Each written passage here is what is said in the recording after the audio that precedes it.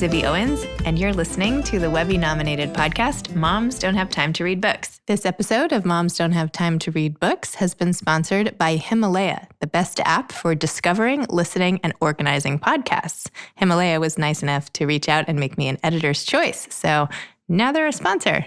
Check them out at Himalaya.com or in the App Store. I'm excited to be here today with Jack Fairweather, who is a former war reporter. He has covered Iraq, Afghanistan, and more. He is the author of A War of Choice and The Good War. His war coverage for the Daily Telegraph and the Washington Post earned him a British Press Award and an Overseas Press Club citation. His most recent book is The Volunteer, One Man, an Underground Army, and the Secret Mission to Destroy Auschwitz. He's a graduate of Oxford University and currently lives in Vermont with his wife and 3 daughters. Welcome to Jack. Hi, Zibby. Hi. Thanks for coming on Moms Don't Have Time to Read Books. Well, thanks for having me. I'm particularly excited because this is definitely a long book and so interesting. So I'm very excited to get the inside scoop from you before, everyone delves into it themselves. I'm thrilled to share. Although I did realize that about a quarter of the book is footnotes at the end. So it's misleading how thick it is. Yes, indeed. It's a whole extra book inside. So can you please tell listeners what The Volunteer is about and what inspired you to write it? So The Volunteer is this extraordinary story about a Polish underground operative who in 1940 took on a mission to infiltrate Auschwitz, raise a resistance cell inside the camp, and start reporting on Nazi crimes. And incredibly, he succeeded in doing those things, sending out messages that reached the Allies that were the first to inform the world about what was happening in Auschwitz. And perhaps even more amazing is the fact that you haven't, dear listener, perhaps heard of his story before now, because what happened at the end of the story, to cut forwards a little bit, is that he fought against the communist regime that was established after the Second World War, was captured and executed, and all trace of his wartime heroics in Auschwitz obliterated by the communist regime. They did not want anyone to know about Pilecki's story, or that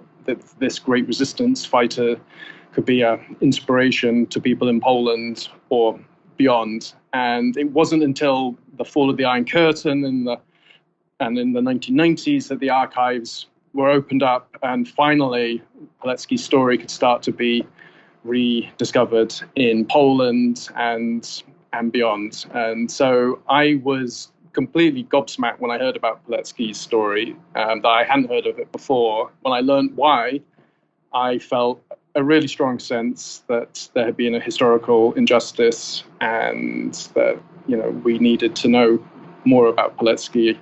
We needed a Pilecki in our lives, especially at this time. Yeah, so that was the inspiration for the research. And how did you find out about him? You heard through a friend that you had been reporting with and somewhere? Yeah, so I've been a war reporter in Iraq and Afghanistan, and I was just transitioning out of the Middle East, just beginning a family. And in fact, when I met up with a fellow war reporter, also mulling over life outside war zones, he had just been to Auschwitz and had come across the story of a camp resistance. That was new to him. It was completely mind-blowing to me, because I think when most people think about Auschwitz, they think about what the camp became at its sort of nadir, a place for the collection and mass murder of Europe's Jews. And they don't realize that there was this years in which the camp played a different role, slowly through a series of terrible experiments led to the final solution. But I couldn't believe that there could be resistance in Auschwitz, and that got my antennas up. A year later, in 2012, one of Pilecki's reports was finally translated into English, and I sort of read that with, utterly consumed my attention forth. And he writes in this raw and incredible way. He also leaves lots of questions unanswered, like what happened to the intelligence he was risking his life to smuggle out of the camp. So that then led me into the research.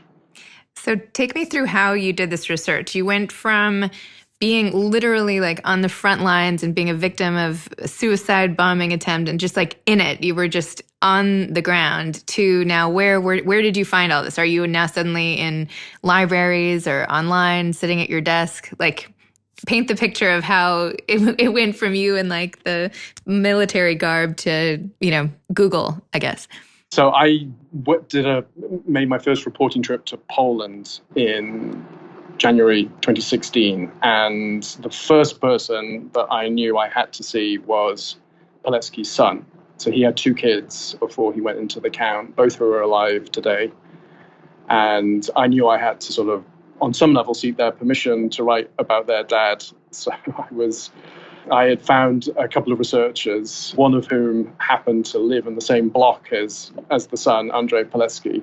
I told her, as soon as she told me that, I told her, right, you're hired. And they set me up with this meeting that I was hugely nervous about. We'd done a lot of sort of pre-gaming and planning as to how it would go. As it turned out, it was completely unnecessary because Andrzej was just so interested, engaged, and amazed that his dad's story could attract outside interest. We bonded straight away, and he warned me, though, I'm not sure what else you'll be able to find on my dad or where you should start looking. And so I sort of looked at him and said, Andrzej, I'm going to start with you, because everything that you know about your dad is kind of new in some ways. Any detail you can give me about what would motivate Pilecki to do such an incredible mission, I need. And so that began the first of hours of conversations with Andrzej. And just to give you a sort of flavor of how incredibly engaged he was, he took us to the home outside Warsaw where he had sheltered with his mum, and where Pilecki, after the war, would come and visit them. I wanted to follow in Pilecki's footsteps as much as possible. So that included things like recreating his escape from the camp.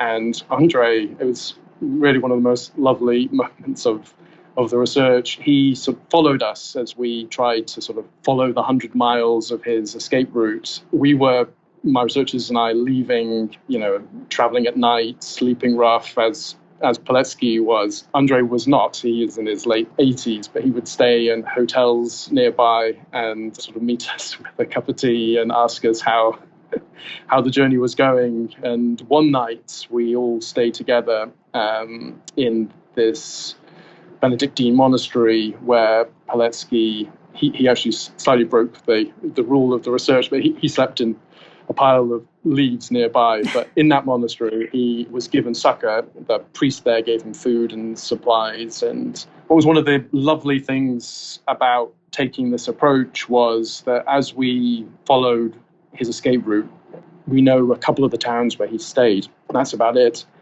We would meet families who had themselves sheltered Pilecki, and the kids who had been in the home when Pilecki and his 2 fellow escapers came in, would show up. They remembered those scenes, and there was just this lovely mirroring in some ways that went on, because we would rock up and they would take us in and give us tea and offer us a little bit of shelter. And this sort of support and genuineness and sort of passion to the history felt like an echo of what Pilecki himself experienced, and actually writes briefly about as he traveled across Poland, that even though this was in 1943 at the height of the sort of Nazi racial experiment in Poland, when the Nazis were trying to divide Poles between themselves, were trying to exterminate the Jews, were trying to round up people for forced labor, people were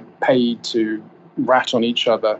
Even in that climate, Pilecki found this incredible spirit of warmth and generosity that allowed him to get to the safe house and allowed him to write one of his reports about what was happening in the camp. So that was a long answer to your question. But I found, first of all, was meeting the family, Andrzej and Zofia, his sister, and then it was trying to retrace his his footsteps and, wherever possible, combining the two. So, incredibly, there were well over a dozen people who had known Pilecki, who had fought with Pilecki, who were still alive when I began research in 2016. And most of them had not shared their stories before. It had been a dangerous thing to do in the communist time. And there's that sort of reticence that I think we all know about our grandparents' generation, about talking about their exploits of the past. So, they opened up to me. They opened up when I took them to the places where they had been with Pilecki. And on that first reporting trip, I went to the apartment where Pilecki began his mission. This was where, in September 1940, early on in the camp's existence, he had sat waiting to be captured in a German roundup that he had been informed would be sent to Auschwitz. And it was a 3-year-old boy who had been in the apartment when he was captured. And that 3-year-old boy, now a 86-year-old man who I brought back to that apartment. The first time he'd gone back in 80 years because the communists had taken it over at the end of the war and the rights of the family had been lost. So we took him back, and he, these memories came back to him as we were in the room. One I just love so much because I think it really speaks to a special quality of Pilecki, that as the Germans were barging up the stairs, they could hear gunshots and shouts. And this is, seconds before he was to be arrested. Pilecki noticed that the boy's teddy bear had fallen on the floor, and he reached up and handed it to him as the door was thrown open. And that really spoke to me about Pilecki's ability to reach out to others in moments of great stress. And that really became such a power of his in the camp time and again. When you would think he would be thinking about his own survival and himself, he was doing the complete opposite. He was thinking about others. So I was curious what you think made Pilecki the type of person who would do this, right? I guess you can be born the type of person to pick up a teddy bear, but to volunteer to go into Auschwitz, to try to get the message out to the whole world, you paint him as a very average Joe type of guy.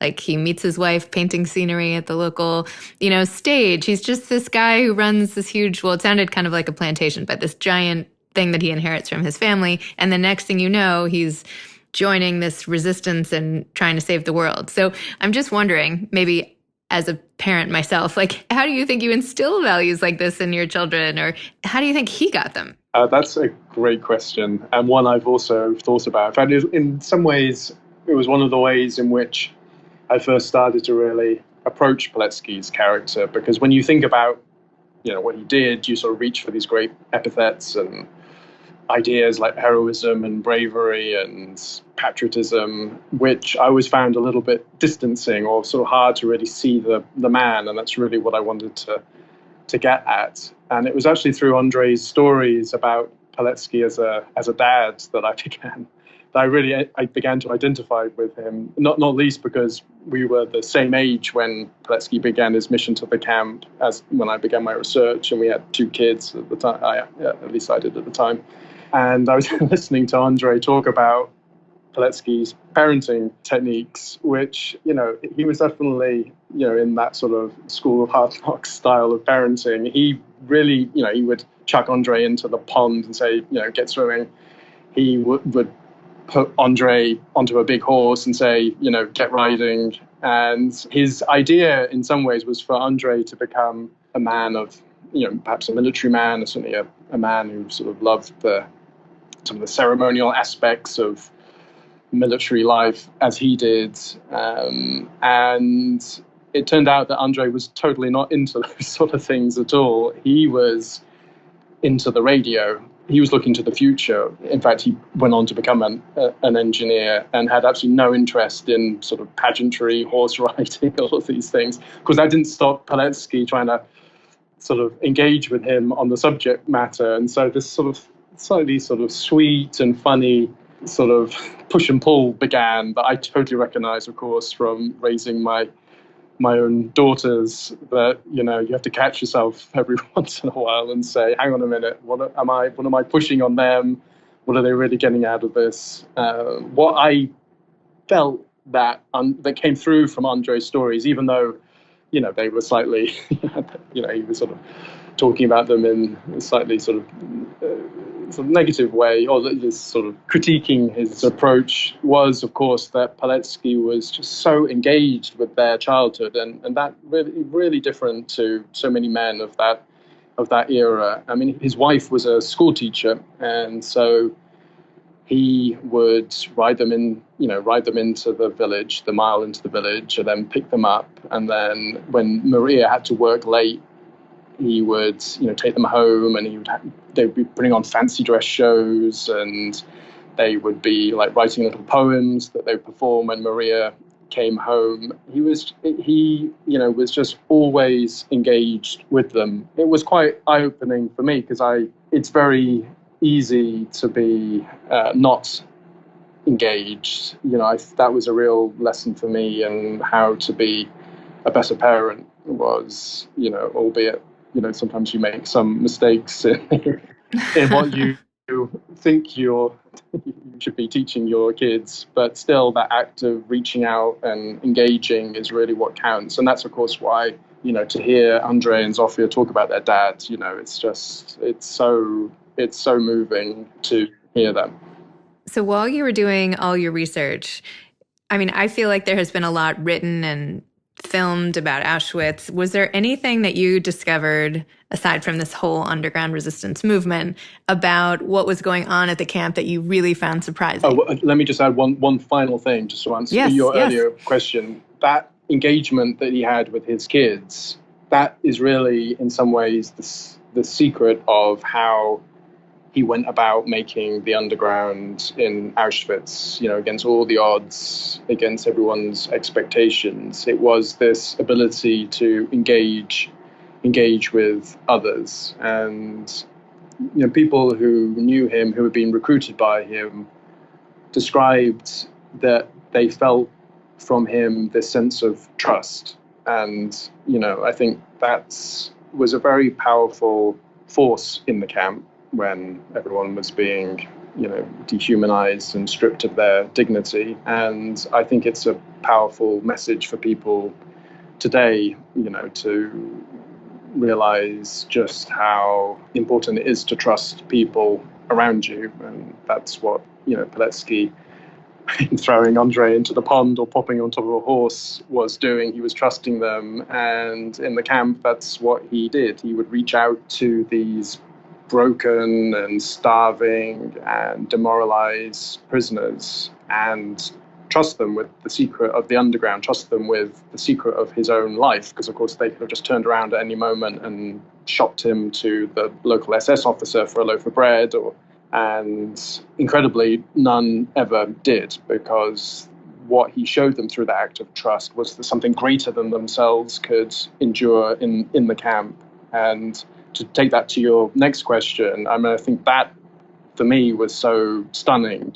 This place of victimhood, of suffering, that it could also be a place for inspiration, sharing, cooperation, seems so surprising to me. And, I confess that prior to coming across Paletsky's story, I hadn't sort of read a great amount about Auschwitz or the Holocaust. I knew it, of course, as everyone does, but I just struggled in a way to come to terms with what the camp was. I mean, how do you get your head around, a million people dying there? And Paletsky's story was such a sort of blaze of light through that dark time, through the camp. He really drew me along with him throughout the research. And I think that's what I would say to your listeners, is that he really is such a startling new perspective on Auschwitz.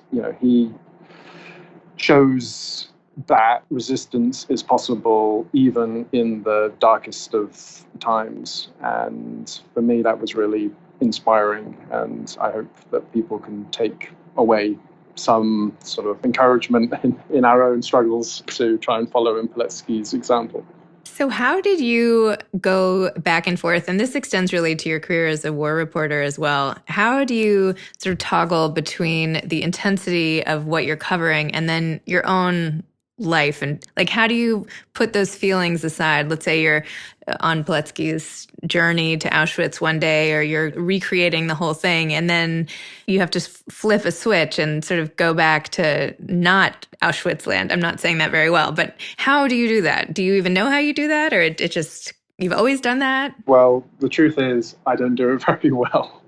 And there's no, well, I think, as book writers, we understand that it's, really engaging, incredible task, but it's also incredible. You don't stop ever thinking through on some level the material and the story. And, I have struggled that you can't, especially, for a story as consuming as Auschwitz and with someone as incredible as Pilecki, I really struggle to sort of draw lines in my own life. I live for the last 2 years in Charlotte, Vermont, but, as I sometimes joke, I've been in 1940s Poland in actual fact, and it was actually a little bit of a surprise this winter, just as the first draft, sent off the first draft, to suddenly look around me in some ways and get to take the kids skiing and see the lovely, the joys of the Vermont landscape.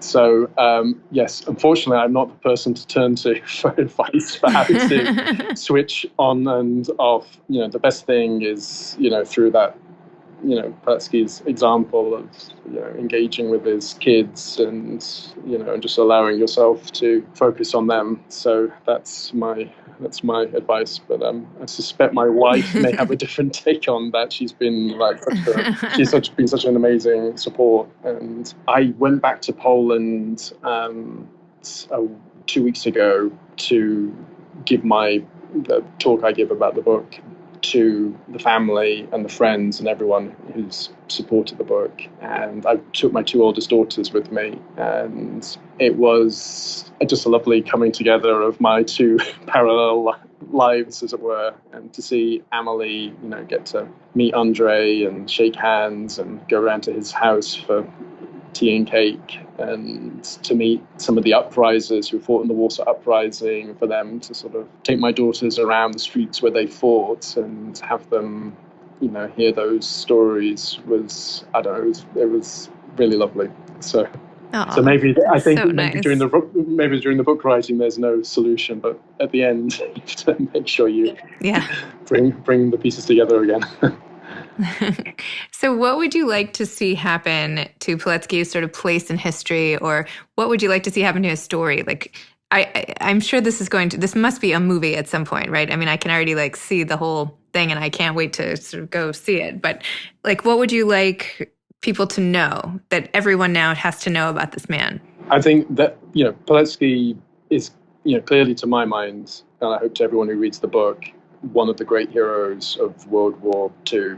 And, when you think about those heroes, people like Schindler and von Stauffenberg, who tried to assassinate Hitler, his name should be a household name, because he offers something, an extraordinary new slant on what heroism is in World War II. And, he fought against the Nazis from the very beginning with all of his passion, all of his soul, and made incredible sacrifices to do so. And he managed to do something truly amazing in Auschwitz. He, step by step, identified the final solution as it emerged before him. He put names on unprecedented evil that no one else had before.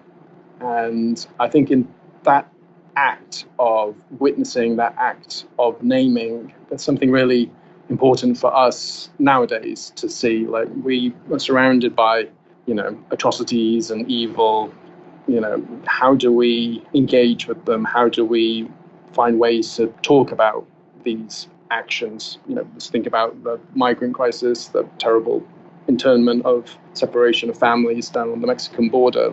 How do we talk about that in a way that engages with the past, but, recognizes that this is something new that we should all be getting up in arms about. There are Pilecki's today out there who are trying to tell their stories, trying to raise awareness, trying to get us to engage. And, we need to learn from Pilecki both how he was this incredible witness, but also how we didn't listen to him at the time and how we neglected his legacy for all these decades. So, let Pilecki be an emblem for us of what it takes to engage with the world around us, its darker sides, and how you emerge from it with your courage and dignity intact, and the very profound message that we need to reach out and share with others and get the world up in arms in the face of great evil. I love that. So are you working on another book now that this one is